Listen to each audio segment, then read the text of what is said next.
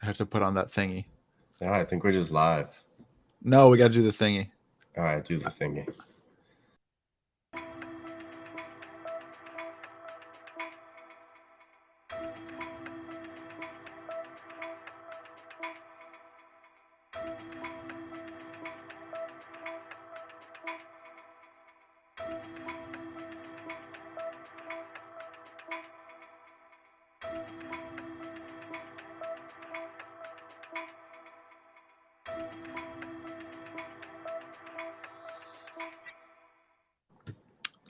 Good evening, everybody. My name is Max Cohen. I'm the lead writer for the Museum of Crypto Art. You are listening to the Mocha Live podcast, or perhaps you're even watching the Mocha Live podcast live streaming on Twitter, Twitch, and YouTube. And joining me, as he does every week, or most weeks, well, every week that I'm here, he joins me. Founder of the Museum of Crypto Art, Colborn Bell. Colborn, how you doing? I am super. I actually love being here with you talking about things. So thank you always for the time. Yeah, of course. And my mic, unlike the last time we were on one of these podcasts, sounds okay. Let me get 2 thumbs up. Colborn, sounds all right. I told my mom because she listens. Hi, mom. To let me know if there are any audio issues. So I'm gonna keep my eye out to see if I get any texts or frantic phone calls. Otherwise, let's get the show on the road. Today we are talking about a kind of interesting trend that's going to be downstream of Sotheby's, the art auction house that everybody knows, and I'm not sure everyone loves. I'm a bit agnostic about it, but this is a pretty slow moment for crypto art. And I think even as we were talking about like what we wanted to talk about this week, it was hard to like pinpoint anything. There's, we want to keep our finger on the pulse, right? But there isn't really a pulse. But kind of this undercurrent of this current, like, I think crypto reinvigoration that we're seeing is the kind of dipping of the toe back by like the mainstream world into crypto related things. And Sotheby's, I think, is a really good example of that. Um, Obviously, to many artists, auctioning a work at Sotheby's is like a total dream come true. It would be like me having a short story in the New Yorker. It must feel uniquely affirming. Like hollowed halls like that are always going to inspire a feeling like that. But I think that there is not enough there are not enough questions being asked about why is Sotheby's getting so involved in the crypto art space? Who are they auctioning their pieces to? Who's collecting these pieces? What is the incentive for artists to keep engaging with Sotheby's? And maybe there's something even like predatory under all of this. So we're going to talk about all this stuff today. Colborn, any kind of just general overview thoughts on Sotheby's and this kind of wave of mainstream art auction people kind of Yeah, trickling into crypto yeah. art? I will preface a couple things. I will say that one, I was super adamant against art auction houses, didn't need them. And I've softened that position. Two, I'll say I actually really like the people that are working at Sotheby's and the other auction houses as well. I have found them to be generally involved. I found them to be curious. I have found them to, uh, you know, be doing good work and kind of like open to feedback. So I think the thing that could and should be challenged is the idea of like the hallowed halls of Sotheby's. Um, because unlike the New Yorker, right, this is an auction house, and an auction house will sell anything. Um, so just I guess there is association by prestige of some of the assets that it sells, but those assets kind of run the gambit. They are tasked with making like an exciting live experience, and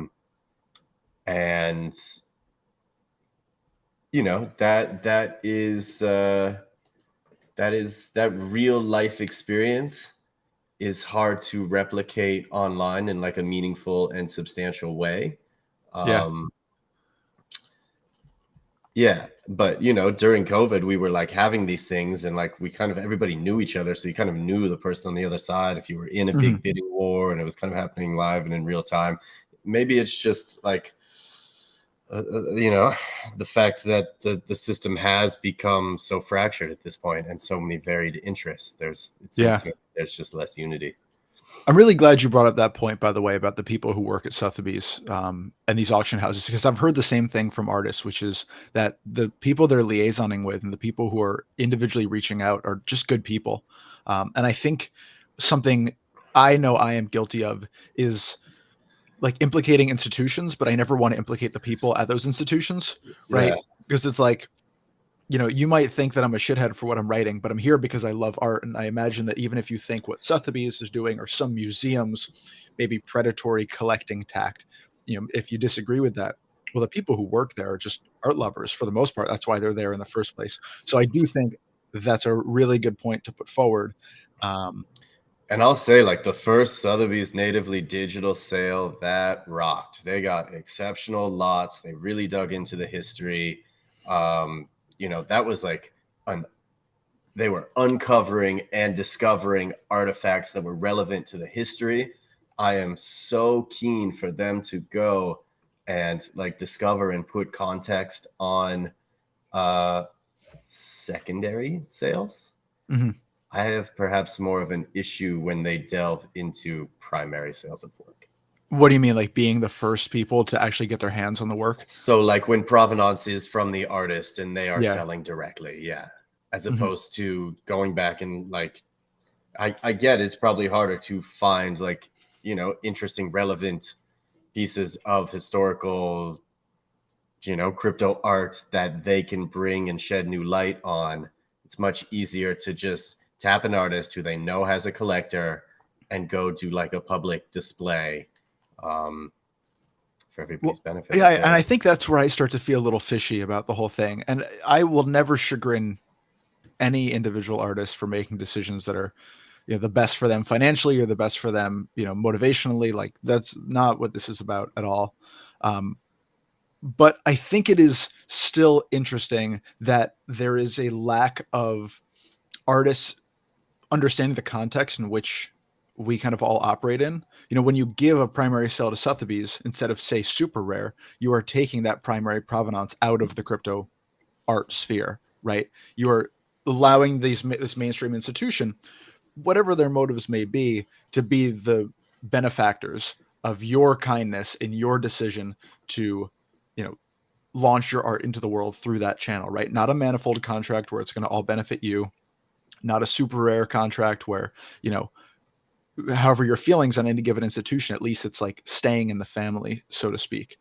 Um, I and it, mean, yeah, what were you gonna say? there's just so many interesting things there, right? Because so much of it. Okay, so one, like a traditional contemporary living artist would never be caught dead doing this. This would be like the most heinous thing when one of their pieces goes to auction. They hate it, right? Because Why is that? everything Yeah. is done behind closed doors, right? Mhm. You never put a public price tag on anything. So then there's a lot of like politicking to try and make sure that it does well, and it's a lot of like wasted effort away from the art. The problem is that those artists generally are not like living and dying by social media. So Sotheby's, Mhm. of course, has this big platform, right? They shine the spotlight. That goes both ways when they choose artists as influencers, perhaps. Mhm. Um, so they get like this collective social lift and relevance to the point where here we are today talking about them. Mhm. And and then then also like when the sale is closed, it's not as public or as transparent. Like I can't go Mhm. back and see what things sold for. So Yeah, I you mean, this is there's that famous or semi-famous story about Matt Cain's auction at Sotheby's, right? Which it or so oh bears yeah, the repeating. Sotheby's one. Yeah, the mule after Monet. It's like a wonderful piece Mr. Cain did in with inspiration from Monet's Haystacks, right?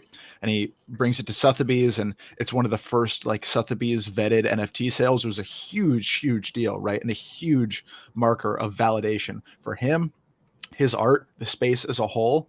Um, And we talked about this in an interview we did a couple months ago, but he doesn't blame the employees. He doesn't blame anybody but the bidders. But there was a situation where somebody had bid on the artwork to the tune of, I think, $270,000, something Yeah. along those lines.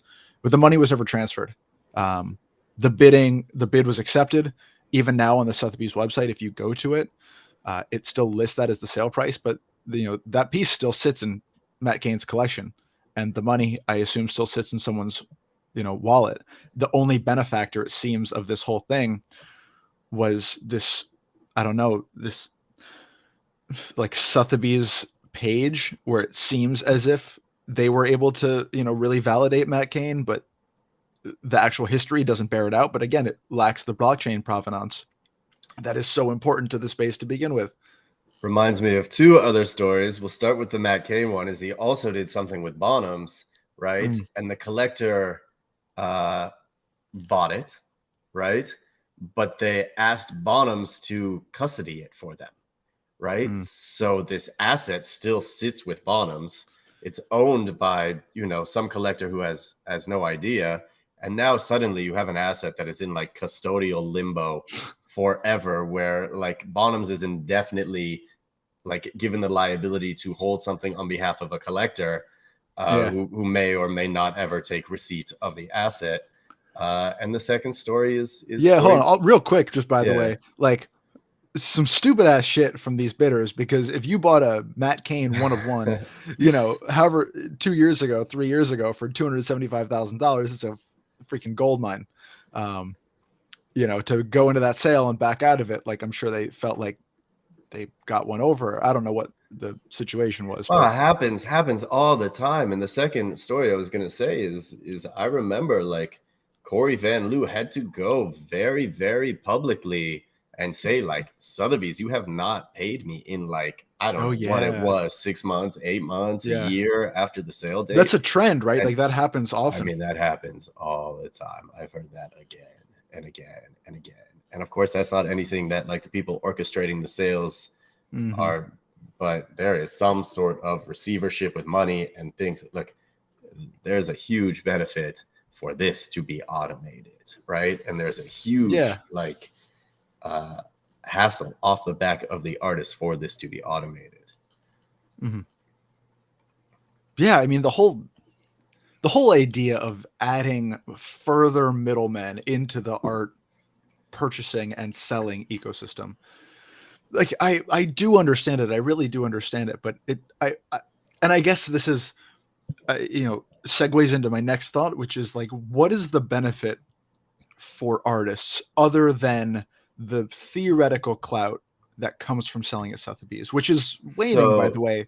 But it's the same collectors for the most part, or the same collector base that seems to be buying these pieces from Sotheby's that they would be buying from a Manifold contract or from Super Rare or from a wherever, right? So it's like a dedicated setting for a sale, right? You can't, Super Rare isn't going and saying like all of these people are together in this sale and we're making an event of it, right? It's very individual.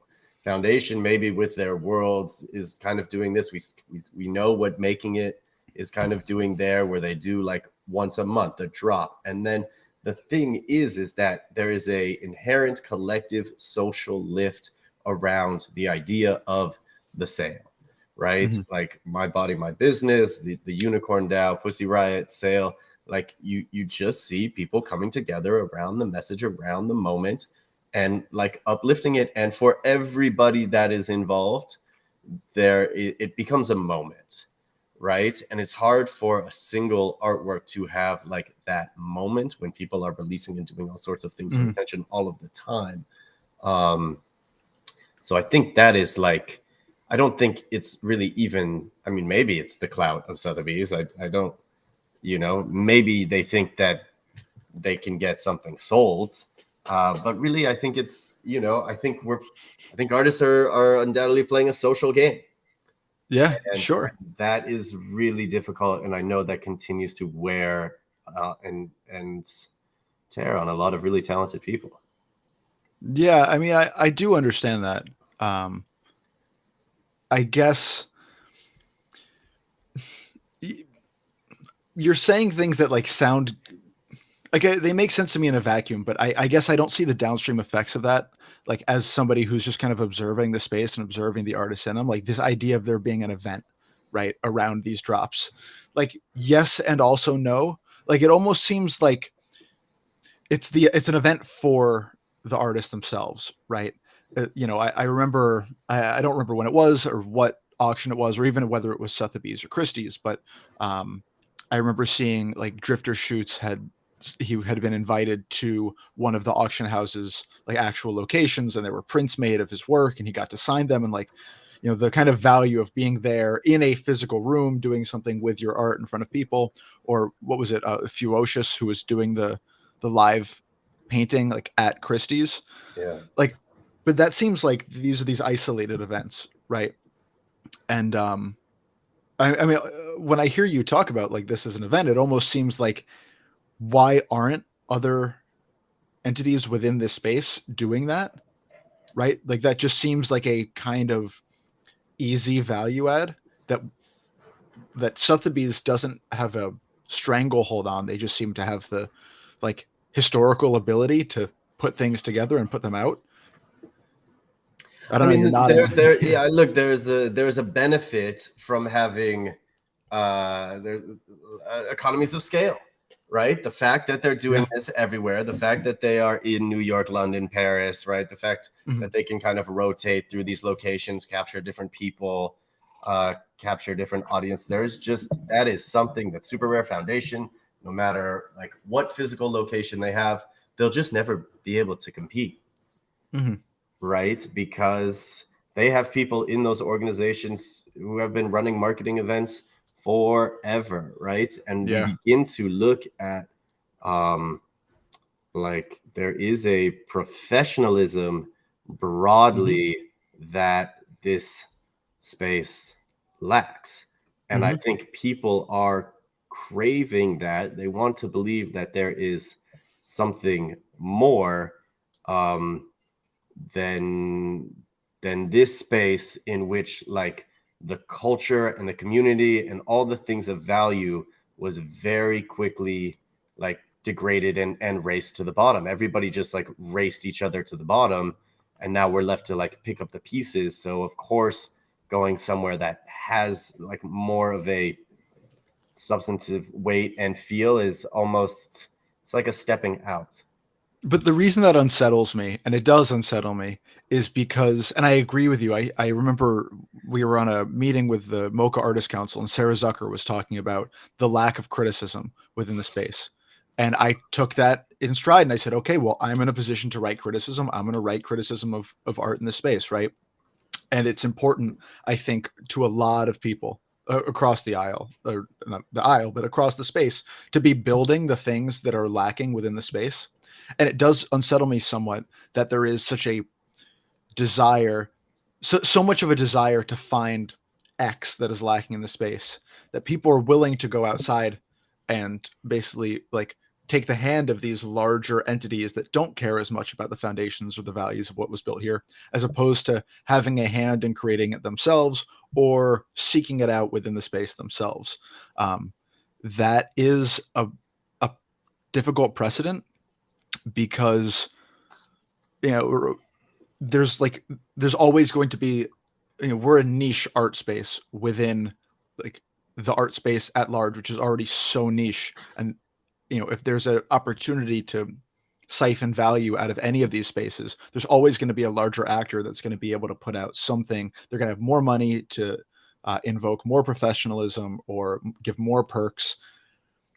And I don't know, maybe I'm overreacting, but it unnerves me to see a really successful example of what I would consider a outside entity, again, like intentions aside, being kind of led by the hand into this whole crypto art thing and saying, okay, well, you have what we need. So, everything else be damned. Like, show us what you got. I understand it, but it's still like, I don't know, hard to swallow a little bit. Yeah, look, I think most of the people, 99% of the people that came to the space in the beginning would be considered outsider, right? I don't think there was very few like insider people to the system participate, or maybe even still continue to participate. Mm. So everything we were doing was kind of on a good faith basis that we could do it, and then we did it, and people saw that it could be done, and now we're dealing with a bit of a tragedy of the commons. Um, crypto in both its like permissionless way, that cuts both ways. You have to deal with everybody, and because it's online, there is no constraint to space. Mm-hmm. So I think crypto saw it in 2017, saw it again here. There is a cycle of where there is real credibility, but then people learn the playbook and they turn it into marketing and sales. Mm-hmm. Right. And I don't think it's like any surprise that, most of the PFP communities are just absolutely floundering right Mm-hmm. now, because most people were sold the idea of, multi-billion-dollar IP. Everybody wants access into this club. We license everything everywhere and like somehow distribute it all back to the people but like, really? Like Yeah. who actually knows how to do that? And most of the people that are able to like jump ship into like an entirely new sector are probably the people that do that every time something is hot. Mm-hmm. Yeah, I think so too. I think it's also unavoidable in a sense. Um, I'm sure that I think maybe it was Mighty Moose on the original post about um, this topic of this live stream had mentioned like punk rock, right? And punk rock going, mainstream. And I think that's such a potent example. I Yeah. think, it's like Robness loves to make the punk rock to crypto art example. I don't know. I do want to return to something you mentioned though, which is that like 99% of the artists are outsiders. Um, I can't look at your side of the screen when you're doing that with the cat's arms. I'm sorry. He loves it. Yeah, he does love it. So 99% of the people who get into crypto art are outsiders, right? Totally, right? But also 99% of the people who got into crypto art originally, I think, have already been or will be kind of stricken from the narrative that will be written about it in 10 or 15 years by, I don't think, anyone's specific fault, but by a host of factors, some of which are insidious, some of which are just the nature of, I think, the business and the nature of like any art movement or any kind of like artistic movement. But I think one thing that Sotheby's does unwittingly is reinforces and codifies a certain like these tiers of artistry. Yes. Um, Good point. that are very random. And again, like there's so much good artistry here, and I've made that point again and again. Like you could, I think, take any subset of 30 artists, literally chosen at random from all of the crypto art that exists that we see every day, and you're probably going to get an incredibly impressive variety of styles, of inspirations, of like technical abilities. So not a, a knock on any specific person again, but it is arbitrary to an extent, right? I mean, all success in any kind of artistic field is going to be arbitrary, but like when Sotheby's takes the top 15 to 20 selling artists of the last 6 months and gives them a show and says, here is the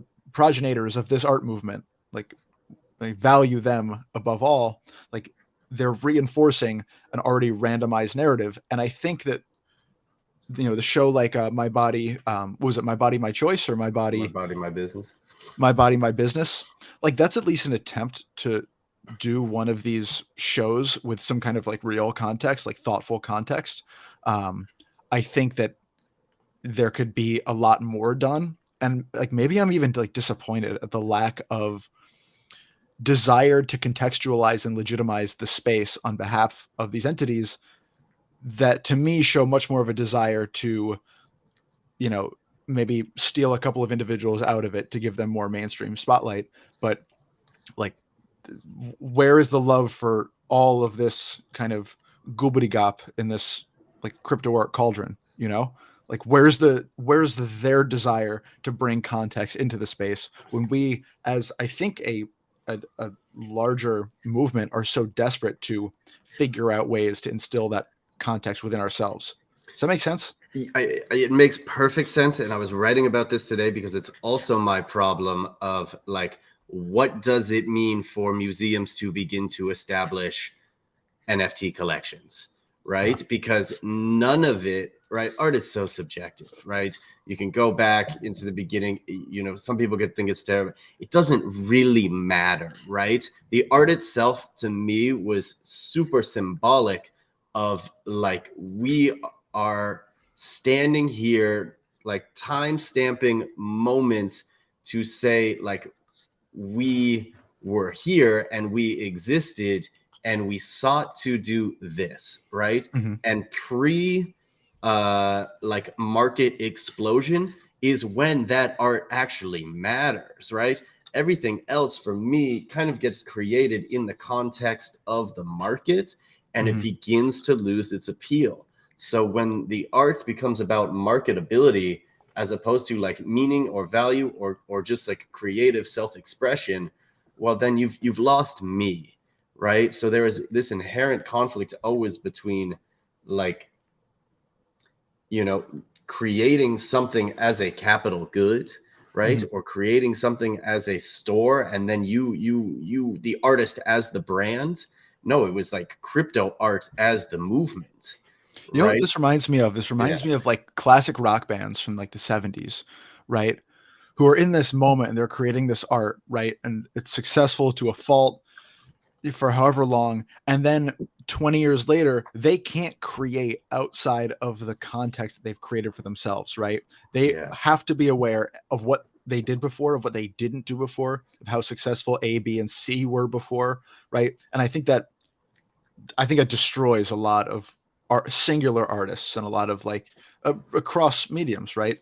Because everybody either becomes a parody of themselves or like a lot of people fall into pitfalls and traps because they are trying to avoid becoming a parody of themselves. You know what I mean? So super relevant example was huge fan of LCD Sound System Mm, until I went to Brooklyn and saw the show that they have put on for like the last 2 years with like the MX VIP line, you know, and there they are playing like, and I'm just like, oh no, like something that I had just like, you know, had in my head, like here, something that was like so free and raw mm, and like pivotal to my youth, like suddenly has been like placed in, it's like almost getting a Las Vegas show for any artist, yeah. right? You are suddenly just the name and the songs and everything that you were.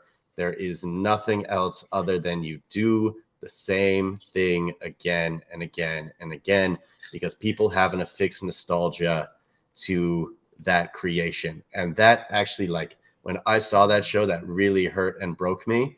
And Mm. I was like, you know, these poor people were once artists and now they're like a product. Yeah. But I think the myth of that being avoidable is kind of just that. It's a myth, right? Um, I mean, you you can know, avoid it at your own peril. We exist in capitalism, you know. It's once you've done something, then you know it's capital is cement. Capital is cement. That's yeah, all but I'll say. it's like these the moving goalposts of success, right? And it's like all any artist wants to do is have some kind of validated success, right? All I want is for a short story to be in the New Yorker, but that doesn't just nothing just ends there, right? There's always like a what comes next. There's always the follow up, right? Like this is a stupid example before I say it. I'm sorry in advance, but like Macklemore, right? You remember Macklemore? He's not good at making music, but his first album had kind of a moment, right? Like there were. Yeah. I remember I went to see Macklemore, regrettably, and his openers were Talib Kweli and Big Crit, and at the time I didn't. I was like, "Come on with the Macklemore," Oh, which I can't no, believe I that's just the real admit. show. Yeah. Yeah, I admitted on the record as a serious faux pas. But you know, you have this moment, and actually, I'm going to change tact. I'm going to use a different example. Um, Victoria Justice. You know Victoria Justice? Victoria Justice was a Nickelodeon actress. She was on a show called Victorious. Um, and, she was given all the like Nickelodeon, Disney Channel, pop star, that was her crown, and she was being crowned. She had the show, she was given the record contract, right? She was going to do concerts. She was like 17, and like it was all going to open up for her, right? Like she was going to be the next big thing. Well, one of the co-stars on that show was fucking Ariana Grande, who like swooped in and stole everything that there was, right? And I think about this a lot in the context of success, right? Because there was this poor girl, Victoria Justice, who was on the precipice of literally everything that a lot of, I imagine, art focused children are probably pretty jazzed about: the fame, the money, the success, all of it, the career. And then just like that, it's gone from you, right? Because you either made a misstep or didn't make a certain move. But like it's the goalposts of success, right? You have everything, but then it moves slightly to the right.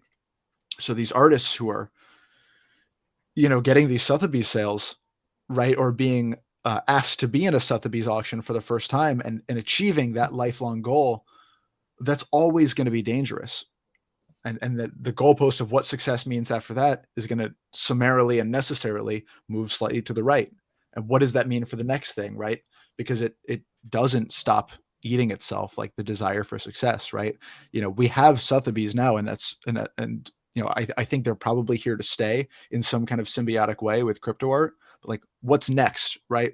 What happens when, the mainstream appeal is now more important? Like, are we going to have artists who are like, designing ad campaigns for Pepsi? I know like Rafiq Anadol had a Grammys, or he designed the stage for the Grammys, which is super cool, right? Like awesome for Rafiq Anadol. But like, as the need for more success changes form because it becomes larger and larger and larger, and it's a larger and larger hole to fill, like what does that bring in here, right, into all of this? Yeah. I mean, look, say it a million times. There is no there, right? There is no final destination. Yeah. I think what we saw with like the Claire Silver Louvre drama was that as equally high as you like are willing to go, there is just going to be a whole another group of people that will like kind of tear it down. And I think, there's obviously a lot of issues with all of that, but there's incredible cheerleading, and then I don't know, it's just vicious. Like life lived online in the speed of the internet is incredibly unsustainable. And we live in unfortunately a world of just everything as celebrity. That's what it It's feels true. like, and then it's just, once you kind of accept that for yourself and you begin to like sell yourself as a product, well, then you lose like humanity. And this is, I think, kind of like the core of all of this is, what what is and what isn't for sale in everybody. And like what isn't for sale is probably where the art is. It's interesting. I mean, I do think it is, and maybe this is all art. Maybe I'm lacking the art history background, but like I think these little nuances of like speech and technology make their way into how we conceptualize the world. I talk a lot about that. I think a lot about that. But like the fact that like every artwork that we see is inherently for sale, right? Like it's part of putting it out on any platform. It's part of minting it. Is it's going to have a mint price, right? Especially if it's on a platform, right? Whether it's on Sotheby's or whether it's on Super Rare, Foundation, or Maker's Place, or anywhere, that you can't extricate the fact that if you scroll down from the artwork, there is a reserve price on it, even if it's an astronomical reserve price. Like that's just always the goal, is to sell. And I get why that's the goal, because you have to sell to then give you the freedom to keep creating, and you create and you sell the creations, and like that all makes sense to me. But again, it's like, I think we're like caught in this weird place where we're defining success in multiple ways. We're defining success financially. We're also defining success creatively, but they're now kind of like coming into conflict with each other in a way that, at least in the last year and a half that I've been kind of following this really closely, I haven't really seen yet. Yeah. You can go and you can go to the Met, right? You can see a marble sculpture and you can be like, this is exceptional. I could never create this, right? But I do not have that same discernment of like somebody who is crafting 3D assets, right? Mm-hmm. I don't know if they have gone to whatever it is, like Stockfish, and just like grabbed some things, or like the guy who stole the chair, The or chair. Yeah, I and was just gonna say the chair. like assembled it, like it can take people like 10 minutes to make an artwork. So again, that is like, for me, that is like the moment of, what is artistry in this day and age? And this is also one of the things that's so hard and has always been difficult for me about visual art specifically, in that like it is so subjective. I think it's subjective on a level more than any other art form, right? Literature, like sentences need to physically, like, they follow a grammatical structure, right? Like music needs to follow a melodic structure, or it needs to be discordant in a way that is intelligent. Otherwise it's going to sound like, the inside of a mechanic's shop, right? Like every other art form, except for like pure visual art and some poetry, has rules that they have to follow, but visual art has zero rules, right? If you can see it, it's art, right? We've litigated this time and time again as at various epochs of society. It's all art, right? And that gives you so much freedom, but it's also like so paralyzing.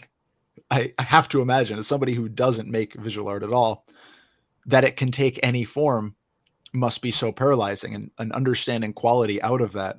It reminds me of the interview I did with Claire Silver, where she talks about the concept of qualia, right? That kind of like wordless, she said it so beautifully. I'm going to paraphrase and butcher it, but it was like the wordless experience of experiencing something. Like how it feels to see an art piece and feel something, right? Not the feeling that you're feeling, but the feeling of feeling that something, right? Yeah. I mean, I have to say, just as a collector, I have not felt in a long time the need to go in and even like look and see and try to collect. Mm-hmm. Right. And I don't know if that means like what I was doing when I was collecting was I was healing myself through these expressions, right? There were people that were speaking to me through a visual language, something like a purer form of what I had desired of crypto when I entered in 2017, right? Mm-hmm. So I was reinvigorated and I was seeing a lot of myself in that. I don't really relate in the same way with a lot of like the top selling stuff. It's meaningless to me, right? It might be like pretty abstract picture, or it might be meaningful to other people. It might be for a different audience, but yeah, I mean, maybe, there is a like a visual purity, or like this clean line aesthetic, or like a code generated thing that never sat well with me, because I think I really don't want art to placate, right? I don't understand that anymore, when it feels like we are in a time of like turmoil and substantive change, and like an expansion of consciousness and a reawakening of like how we reset and redefine values. And I always consider the artists of this movement to be like the people who had to bring people forward into this and help teach them. But instead, I see a lot of the opposite, of just like a plain, clean aesthetic, might look good on a wall, doesn't really have any like bite. how much of that do you think has to do with the fact that most of the people creating here are like younger, right? That's like 20s, 30s, 40s, right? Like there's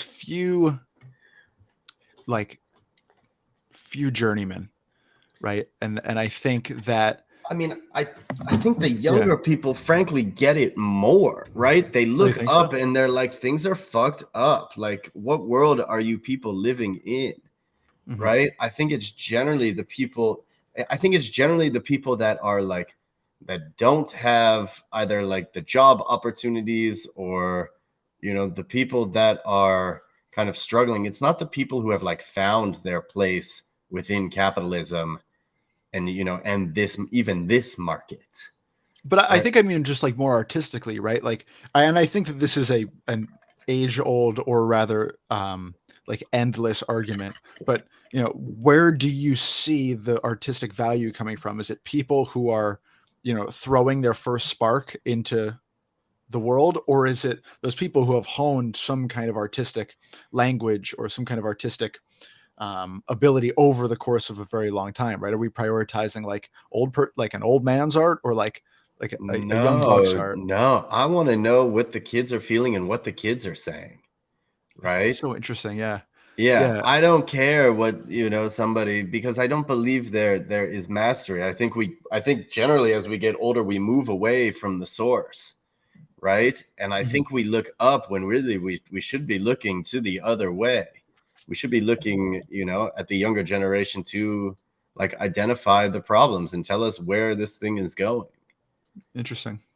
Yeah, I don't know. I mean, it's so different based on like art form too. Because I think literature generally benefits from age. Um, I think people grow more empathetic and more obviously more experienced, but more like wide ranging and what they've kind of internalized. And I think for literature specifically, that's the greatest boon you can have. Music obviously is a young person's game, and that's why we're still listening to the same albums from the same bands in in the 1970s, who were then playing their greatest hits tours. Yeah. I mean, I've said it again and again, like crypto is a kid's game, Hmm. right? Like get me that person who is like fresh out of college that wants to like write a program that is going to like change the world, right? That it doesn't have the limitations already in place of how or what something should be, right? Like pure idealism. Let's see what you can create and manifest with a piece of code, right? Let's see what you can like create and manifest from like inside of your bedroom. Those were always the compelling people to me, like the people that were trapped. They, there's, there's a million stories out there, but Ferocious is always like hits me pretty hard because that's cool. I mean, there's a million cool stories like that. No, of course. If Fuoshi's story is amazing, and Fuosha still manages to have a pretty inimitable art style, like this many years after achieving like a real uncommon kind of fame too, both within the space and without the space. Um, And I yeah. and I I think that's wonderful for all of those kids who are in those situations everywhere in the world. It could be anything, right? To have like to know that it can be like channeled and it can be crafted, and it doesn't really matter what you're going through, but like how you begin to express those feelings and share those feelings. Hmm.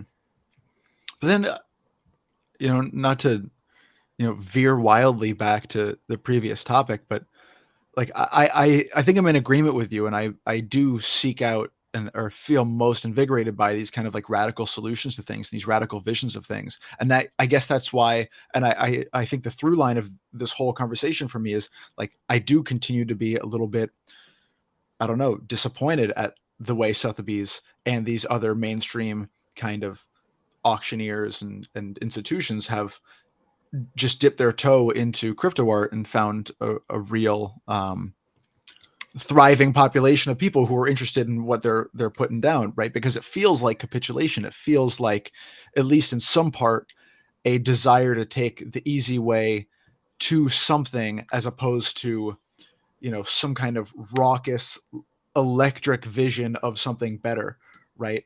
And I have been the through line of my working life, right, at all these restaurants and companies, whatever, like pre Mocha, was I would come in and someone would say, "Man, you should have been here a year ago. It was so great. Oh, you should have been here 6 months ago. Like you just missed it. Like it was Yeah, awesome." yeah, yeah. And like that doesn't have to happen here, but I feel like every time artists choose to put something on Sotheby's instead of figuring out some novel way of getting it into the hands of new collectors, or at the are working on an artificial deadline for some reason because of some mainstream something or other's need for an asset on a certain day, like that does feel like it's inching closer to the end of something. Am I being way too doomsaying? I feel like maybe I'm being a little too doomsaying. No, I don't think so. I think Because you're supposed to be the doomsayer and I'm supposed to straighten you out. I feel like yeah, it's changed. yeah. I don't know. This one is tricky. I just think we probably where we failed most is that we didn't like make it a welcoming place to all of what could have been new, right? What could have been new. And I think what happened instead was that a new market was created and opportunists saw a chance to capitalize on that. So, What does that mean? Like a place for things that are new? like, I don't know if it's giving, probably a lot of those people don't have Ethereum, right? Or they might not know how to set up crypto wallets, or maybe a lot of it, frankly, is just like selfless education, right? Or I remember how exciting it was to find somebody like new on Twitter and be like, "Hey, have you heard of this thing? Like, let me help get you started." Right? And how many artists I haven't found or even reached out to, like an artist that I've seen in a while, asking, and maybe that's because like the market is saturated. I don't think that's the case. But there was a massive turning point of where it was like, okay, like come into this thing, it's safe, we're all in it together. And then it just fragmented into individualism. And I think, especially to the younger generation, that is just a major like turn off. Like, this is not for me. This is it, because what was more like collectivist became hyper capitalist. Sure. So I don't know how to Yeah. like go back and like, well, I'm trying to go back and like build new products that begin to like redefine what this technology can be for people and make it more participatory, like through access. It's just it's so hard. It's these like it's the ideas married to the realization or the understanding of the limitations, right? And like, or the limit, I think it's really kind of profound what you were saying about, you have these young people who come in and they have no idea about the limitations because they are underexperienced, but that affords them such freedom. There was this Orson Welles video that made the round the other day. Maybe you saw it, but it was Orson Welles in some interview, I think in like 1960, and he was talking about Citizen Kane and how it was his first time directing a movie, first time in a movie studio, and he was able to do so many things because he had a good camera operator, and he didn't know the limits of what things were deemed impossible at that time. So he was willing to at least try everything that he could possibly conceive of, because to him nothing was impossible. He didn't have that education, and it's so I don't know. It's so frustrating to find yourself in that Chinese finger trap of like, you know, the more you try and extricate yourself by internalization and understanding, the further you are from being able to escape into something else. Um, but I'm like, I hope that there are these people who are coming in who are ready to like break things. I feel like there is a general need for things to be broken, not like a fundamental like shift of everything we're doing here. Maybe, I mean, you would obviously have more ability to contextualize this, but it feels like things are kind of running their course, or like this is like the, again, not to doomsay because I'm not doomsaying, but like it seems like we're at the beginning of a transitional period. Right, as these and I'm just using Sotheby's as the stand-in for everything, but as the Sotheby's come in, the various Sotheby's and these kind of ideators kind of trickle out back into the mainstream, there's going to be room for a niche to be filled by the next thing, right? And it feels like we're on the cusp of, we're all waiting for the Messiah, right? I mean, the saddest thing about life is that the humans are incapable collectively of making exponential leaps, right? Interesting. Yeah.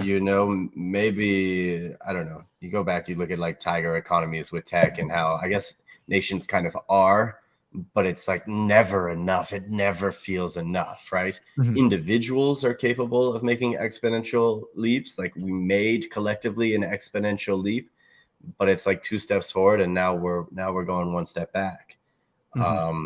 Because everything returns to the medium, right? It returns to the mean. Everything has to eventually regress, and that's what they call mainstream adoption, unfortunately. Yeah, sure. It's interesting. Yeah, I think that's a good place to leave it, but I think we should come back, next week or in a couple weeks, and I think we should revisit this idea of like things breaking on purpose, or like maybe things being broken from the inside out. I don't know. I want to dwell on this, but I think this was a great conversation, Colborne. What do you think? Really enjoyed it. Thank Yeah, you. me, Thank you. me Thank you. too. Um, I'm not going to talk about the Celtics, but go Celtics. Um, Colborne, you're off to Argentina in a couple of days. Am I right? We're going to be down in Argentina. We got an event down there. If you're in Buenos Aires, come check us out. We're going to be at Art Lab. I don't know what the date is, but if check it 31st to out. the 4th? Am I I will crazy? be there the 25th to the 4th. Yeah, but the event, right? It opens on the 31st. Am I crazy? You could be right. No, Come to Art Lab, and eventually there will be an event there. Yeah, it's going to be awesome. A bunch of artist installations. We're just going to be down there, super excited to meet everybody and feel that spirit. Cool. Well, as Colburn, you're well aware, we are, or at least were for a moment, the #2 arts podcast in Argentina. So you're gonna get an absolute stampede of folks coming out to Art Lab. But shout out Argentina, we love you. Well, thank you everybody for sticking with us for another fun-filled edition of Mocha Live. We'll be back next week with some more insights, and that's it. Just insights and smiles. My cat might be here too. The cat might be here too. Thank you everybody for listening, and we will talk to you again real soon. Now, Coleman, you got to say goodbye because for goodbye, the audio only version.